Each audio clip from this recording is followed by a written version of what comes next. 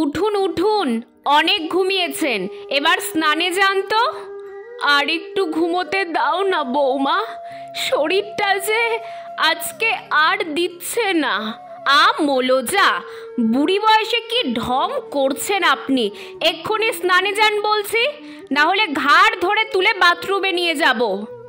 সুরেশ, সুরেশ বাবা, দেখ দেখ, তোর বউ খালি ঝগড়া করছে রে আমার সাথে। আপনার ছেলেকে ডেকে কি হবে? যত দিন যাচ্ছে বয়সই শুধু বাড়ছে, মরছেন তো না। বুড়ি মায়ের চিৎকার শুনে সুরেশ ঘরে আসলো। কি হচ্ছে বলো তো সকাল সকাল? কেন অশান্তি করছো তোমরা? কেন আবার চিৎকার করছো বলো তো তোমরা?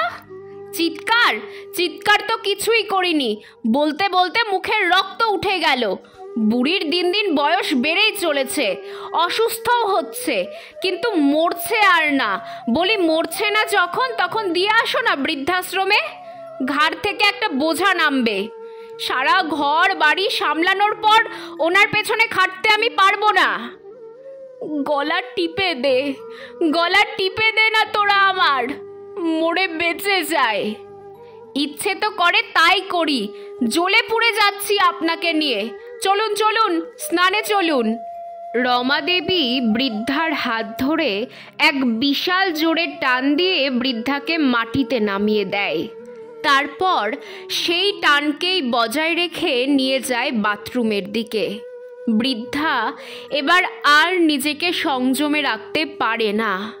এবার বৃদ্ধা চিৎকার করে ওঠে, মরে গেলাম গো, মরে গেলাম গো, ওরে সুরেশ বাঁচা, তোর বউ মেরে ফেললো আমায়। সুরেশের এই চিৎকার এখন গা সওয়া, এ যে প্রতিদিনের আওয়াজ।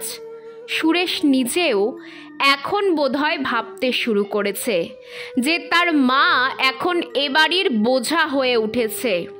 কিন্তু বৃদ্ধাশ্রমটা, এর কদিন পর এবার সত্যি বৃদ্ধা যায় বৃদ্ধাশ্রম। রমা দেবী এবার সত্যি শান্তি পেল। দুগ্গা দুগ্গা, বাবা বাঁচলাম, বোঝা নামলো এবার ঘাড় থেকে, আর খাটতে হবে না। বৃদ্ধা বৃদ্ধাশ্রম যাওয়ার 1 বছর পর একটা চিঠি এলো বৃদ্ধাশ্রম থেকে। রমা দেবী নিল সেই চিঠিটা। বোঝা গেল এই চিঠি বৃদ্ধারই লেখা। চিঠি খোলে রমা দেবী, শুধু খোলে না, পড়েও। কেমন আছিস তোরা সবাই? আমি তো এখানে বেশ আছি, আনন্দে হাসিতে। জানিস আজ দোল, হঠাৎ এই দোলের দিনে তোর কথা মনে পড়ল। সেই ছোটবেলায় মনে আছে তুই যখন ছোট ছিলিস, কেমন করে লুকিয়ে লুকিয়ে এসে আমার গায়ে রং লাগিয়ে দিয়েছিলিস? আমি তখন রান্নার কাজে ব্যস্ত, তোর কাণ্ড দেখে রেগে তোকে বকতে যাব, কিন্তু তুই এক দৌড়ে তখন পালিয়ে গেলি। মনে পড়ে? মাকে ছাড়া স্কুলে যেতিস না, মাকে ছাড়া ঘুমোতিস না, মাকে ছাড়া খেতিস না, এমনকি মাকে ছাড়া পড়তেও বসতি না। এই তোকেই কত আদর যত্ন দিয়ে বড় করলাম খোকা। চোট পেলে সারিয়ে তোলার জন্য যে বিপুল প্রচেষ্টা, তা দেখে বাড়ির সবাই বলতো আহ্লাদি।